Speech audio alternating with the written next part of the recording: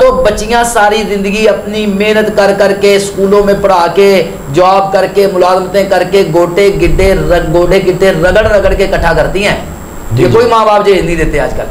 آپ جائیں معاشرے کے اندر دیکھیں, ماں باپ کا ایک پائی بھی خرچ نہیں ہوتا, سارا بیٹی خود محنت کر کر کے کما رہی ہوتی ہے, اس پہ بوجھ ڈالا ہوا بیچاری پہ. اچھا مفتی صاحب یہ بتائیں کہ یہ جہیز کے بارے میں اسلام کا کیا حکم ہے؟ اکثر دیکھنے میں آیا کہ بعض لوگ حق مہر کے اندر ڈیمانڈ کرتے ہیں کہ مجھے گاڑی چاہیے, مجھے موٹر سائیکل چاہیے, تو اس کے بارے میں آپ بتائیں کہ اسلام کے اس بارے میں کیا حکم ہے؟ فیصل بھائی بات یہ ہے کہ جہیز جو ہے نا یہ تو خالصتاً ہندوؤں کی رسم ہے. بعض لوگ اس کو اسلامی کرنے کی کوشش کرتے ہیں, اسلامائزیشن میں لا دیتے ہیں, لو جی یہ اسلامی رنگ دینے کی کہ جی بیٹی کو کچھ نہ کچھ دینا. رسول اللہ صلی اللہ علیہ وسلم کے دور مبارک میں جتنی بھی نکاح ہوتے تھے, شادیاں ہوتی تھی, کوئی جہیز نہیں ہوتا تھا, اور جس طرح آج کل سلسلہ چلتا ہے. اچھا ایک ہے جہیز, ایک ہے اپنی بیٹی کو گفٹ دینا, کوئی تحفہ دینا. تو نکاح کے موقع پر جب ہم بیٹیوں کو رخصت کرتے ہیں تو کچھ نہ کچھ تحفے تحائف دیے جا سکتے ہیں, اس میں کوئی حرج کی بات نہیں ہے. لیکن باقاعدہ جو ہندوؤں کی رسم ہے جہیز کے, پورا گھر کا سامان کپڑوں سے لے کر اور جھاڑو سے لے کر تاکہ پیٹیوں تک اور ہر چیز بستر تک.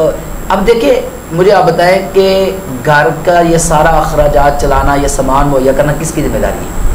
اللہ نے مرد کی رکھی. مرد کی ذمہ داری. مرد کیوں قوام ہے؟ الرجال قوامون علی النساء. ٹھیک ہے, قوام اسی وجہ سے کہ وہ خرچہ چلاتا ہے. مرد کے ذمہ جو حقوق ہیں عورت کے وہ بھی کیا ہیں؟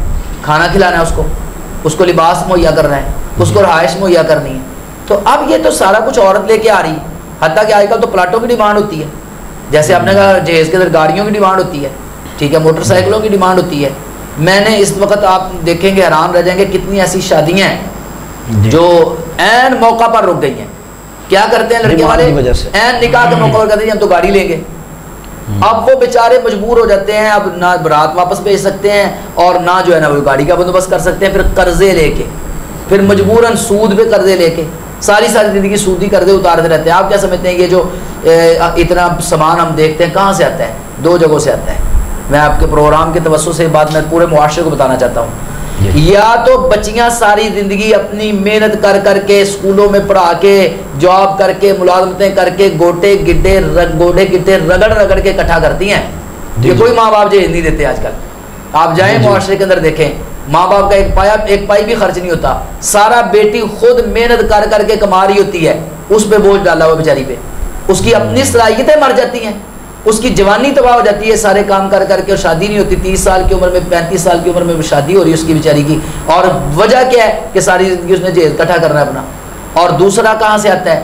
جو ماں باپ دیتے ہیں پھر وہ بیچارے قسطوں سے چیزیں اٹھا کے دے رہے ہیں. آپ جائیں قسطوں والی دکانوں میں پوچھیں آپ کے پاس کون لوگ قسطوں پہ سامان لینے آتے ہیں, یہ پیٹیاں, یہ فریجیں اور یہ ٹی وی, اور کون لے کے جاتا ہے؟ وہ جہیز کے لیے لے کے جاتے ہیں. جہیز پیکج نکالے انہوں نے قسطوں والوں نے کہ اتنے جو ہے نا ہمیں پہلے ایڈوانس جہیز کے سامان لے جائیں. تو وہ ساری زندگی باپ جو ہے وہ بیچارہ قسطیں سودی ادا کرتا رہتا ہے. سود, اب جو سودی قسطوں پہ لیا ہوا گیا اور سامان آیا گھر کے اندر, وہ فائدہ مند بابرکت ہے یا بے برکت ہے؟ تو بالکل جہیز کی مخالفت کرنی چاہیے, ڈٹ کر مخالفت کرنی چاہیے, اور جتنے لوگ ہیں ان کو جہیز چھوڑنا چاہیے. ہاں اگر کوئی شادی کے موقع پر چھوٹا موٹا کوئی تحفہ اپنی کیپیسٹی کے مطابق باپ دے دیتا ہے تو وہ دینا چاہیے, دے. وراثت میں اسے حصہ دینا چاہیے. وراثت کا جو حق ہے عورت کا, بیٹی کا, وہ دینا چاہیے. آپ کچھ لوگ کہتے ہیں کہ ہم نے آپ کو یہ جہیز کا سامان دے دیا, یہی آپ کا حصہ. جی یہی حصہ ہے بس. آپ وہ وراثت کھا جاتے ہیں, اور وراثت کا حصہ اللہ نے مقرر کیا ہے, وہ تو کھا ہی نہیں سکتے. اگر کھائیں گے تو مجرم ہے, جہیز نہیں دیں گے تو کوئی جرم نہیں ہے انشاءاللہ.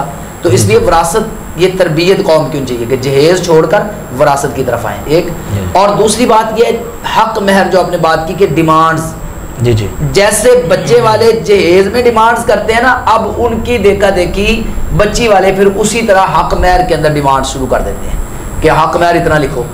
اگر وہ بات کرو کہتے ہیں ہم نے بھی تو اتنی چیزیں دی ہیں آپ کو, تو آپ کیوں نہیں حق مہر لکھ رہے؟ وہی بات پہلے میں نے کہی ہے کہ حق مہر بھی اپنی کیپیسٹی کے مطابق ہے. جب ہم غیر شرعی کام کریں گے, چاہے حق مہر کے اندر کریں چاہے جہیز دے کر کریں, دونوں ہی کام غلط ہوں گے. جہیز کی بھی مخالفت کرنی چاہیے, اس کو چھوڑنا چاہیے.